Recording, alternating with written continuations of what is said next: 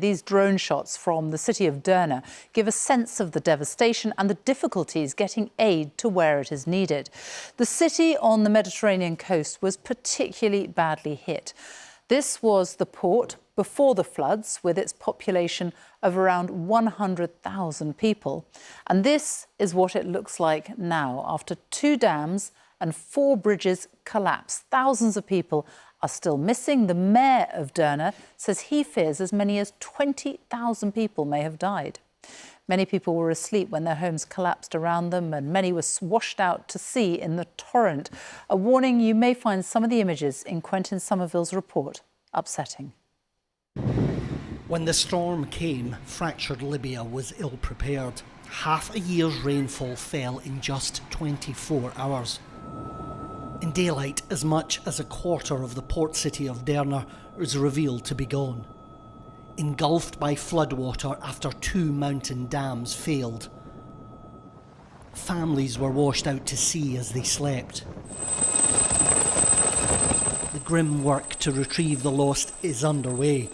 Locals working alongside the army are helping to remove the dead, which now number in their thousands. Bodies are being washed ashore by the dozens. With terrible force, the flood swept through this city, destroying homes, cars, bridges.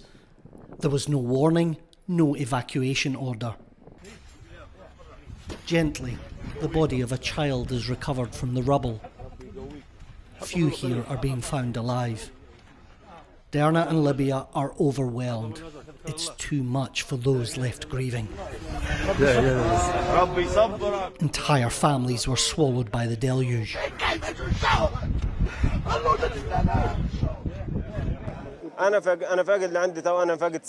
I already lost 6 people. We managed to take out 3 and we did not find the other 3 people.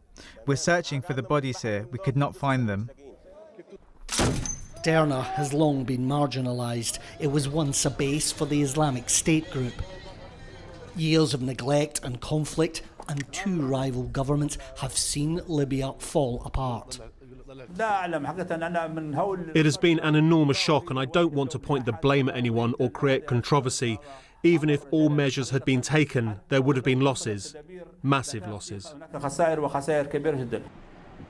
But more could have been done. We had warned the authorities since last week, no, for years, that the dam had cracks and needs to be maintained. We said it and nobody listened to us, and now the whole of Derna is flooded. What remains here is already barely functioning. This hospital in Al Baida is struggling, deep in water and flooded with casualties. And for medical staff, it's all too much. This is a catastrophe from God. We've lost families, brothers. The figures are massive. International help is on the way. These planes are from Jordan, but with many of the roads in eastern Libya washed away, aid will struggle to get through. This is Libya's 3rd day of national mourning, and still the corpses keep coming. After a decade of chaos, this fresh tragedy is one the country can't bear alone. Quentin Sommerville, BBC News. Well, Frank Gardner is with me now. He's been looking at just what happened when that storm hit on Sunday. Frank. Well, Sophie, this has been one of the worst disasters in Libya's history. But how did it happen? This satellite footage here shows Storm Daniel, which some meteorologists have been calling a Medicane or a Mediterranean hurricane. It killed 15 people in Greece in the past week, then made its way across southern Europe, making landfall in Libya on Sunday. The worst hit area has been Derna on the northeast coast.